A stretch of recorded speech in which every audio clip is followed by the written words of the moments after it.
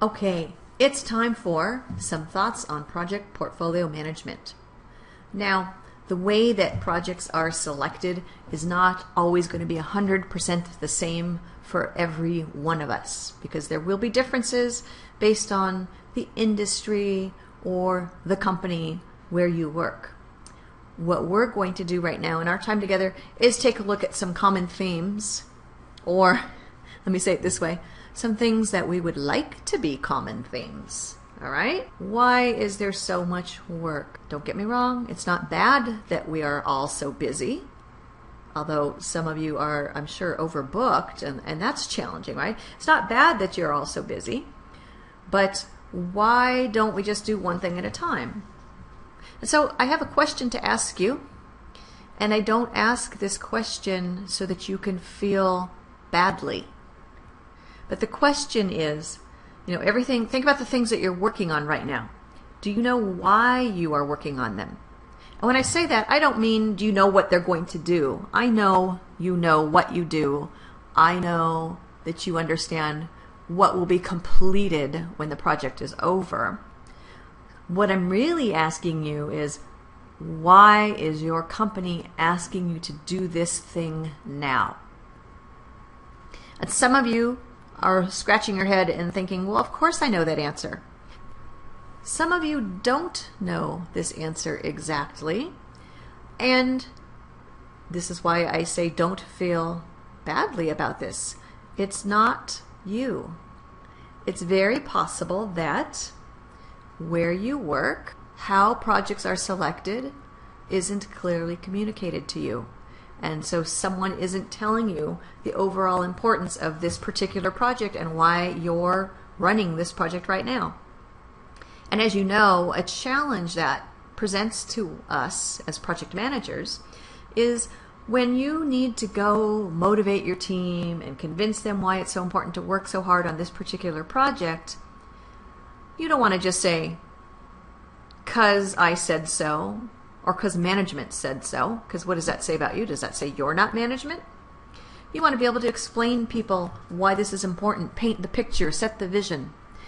And it's really helpful if someone has set the vision for you. Well, the vision goes back to, why was this project selected? Why is it important? Why now? That's why we want to understand that and be able to answer that question. What we want is to have a strategy that takes our resources being people, money, equipment, space, materials, all those different things, with strategy. That's what we want, so that at any given time we are making the best use possible of our resources given the strategy, the goals, what we want to accomplish. And so when I talk about your portfolio, well, let me just step back and say this. I love to think that you are all super, super rich. And you are super rich because you have this amazing investment portfolio. And that even though, our global and local economies have gone through some difficult times, over the last couple of years, you have not just maintained your wealth, you've grown your wealth because you had the right portfolio. And the right portfolio advanced you. So if that's your financial portfolio, then when I go back to talking about your company and the project portfolio that your company has, what I'm really talking about is the set of projects that you are currently executing and perhaps those projects that are waiting to begin, and that all of those together are a project portfolio. And when we make the right choices and fill that portfolio with the right kinds of projects, we are successful. And that's what we want. And that's what we want project portfolio management to do. Of course, your company has all kinds of different projects to choose from. And this also goes back to, why not just one at a time? Because depending on your industry, you have regulatory requirements or compliance issues, things you have to do. And if you're out of compliance on a certain date, you are going to begin to get fined. And even if your company has tons of cash, they don't want their names in the newspaper in a negative way, so they want to be compliant. There are operational requirements, projects we run to improve operations or keep things running. There's a term called sacred cow, and it's not meant to steal from any particular religion. But a sacred cow project is something we do because somebody who's very important has asked us to. You've had a chance where you're working on something and you don't really know why, and you ask someone, like, why are we doing this again? And somebody looks at you and says, 'cause the boss said so. That's probably a sacred cow project. Now, to make money, and I know maybe some of you work for nonprofits, when you're a nonprofit, though, there needs to be money to come in to fund the good work that you do. And other companies who are not nonprofits are looking for profits, and profits come from earning money. And so sometimes we choose projects to create something, a good or service, an end result that's going to bring in income, and also to maintain a competitive advantage to help, stay a step or two in front of our competitors. So there's lots of different kinds of projects to choose from. And again, this is why you probably are not just doing one thing. And what we want is we want our companies to select projects that support the mission and advance our strategic growth. Easy for me to say, not always easy to do. First of all, so I have another question for you, and again, this is not a question to make you feel in any way uncomfortable. What is your company's mission statement? Do you know it? I can remember a time when I worked at a company, and what I was told when I was new is, learn our mission statement and memorize it, because you never know, a vice president could stop you in the hallway and ask you the mission statement. So of course, I dutifully memorized it, and I was ready at any time to be stopped in the hallway. I never was, right? I was never stopped in the hallway and asked what that mission statement was. A lot of times we have mission statements that are very nice, and they're maybe more for marketing purposes. They look good on posters and brochures and on reports to our clients. But if we don't have a mission statement that clearly kind of says, this is who we are, this is what we do, maybe even this is why we do it, then how do we take that and translate that into clear objectives so that we can select projects that meet those objectives, that show that we are really living our mission? So you see why it's not easy. And, we have to acknowledge that politics exist and politics happen. Now let's say I am thinking of an idea and I think it's a really good idea. Of course, why would I think my idea was a bad idea?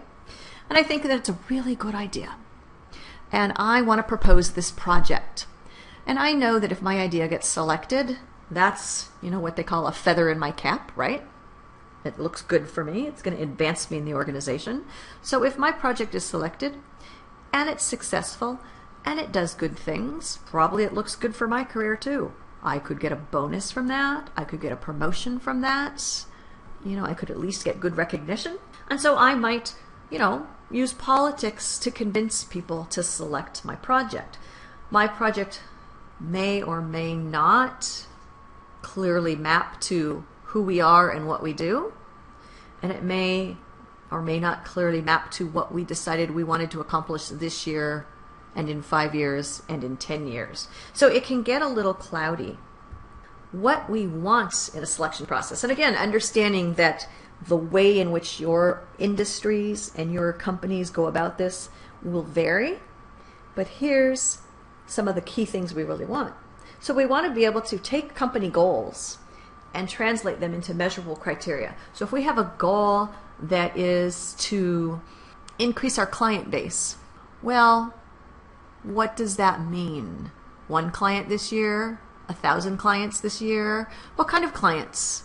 And of course, this depends on your industry, I know, but is it one person comes and makes one $100 purchase from us this year?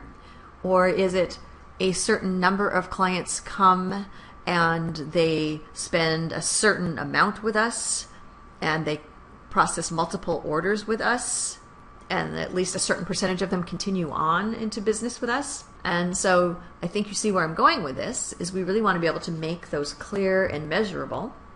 Then we want to be able to take that clear and measurable criteria and use it to evaluate projects.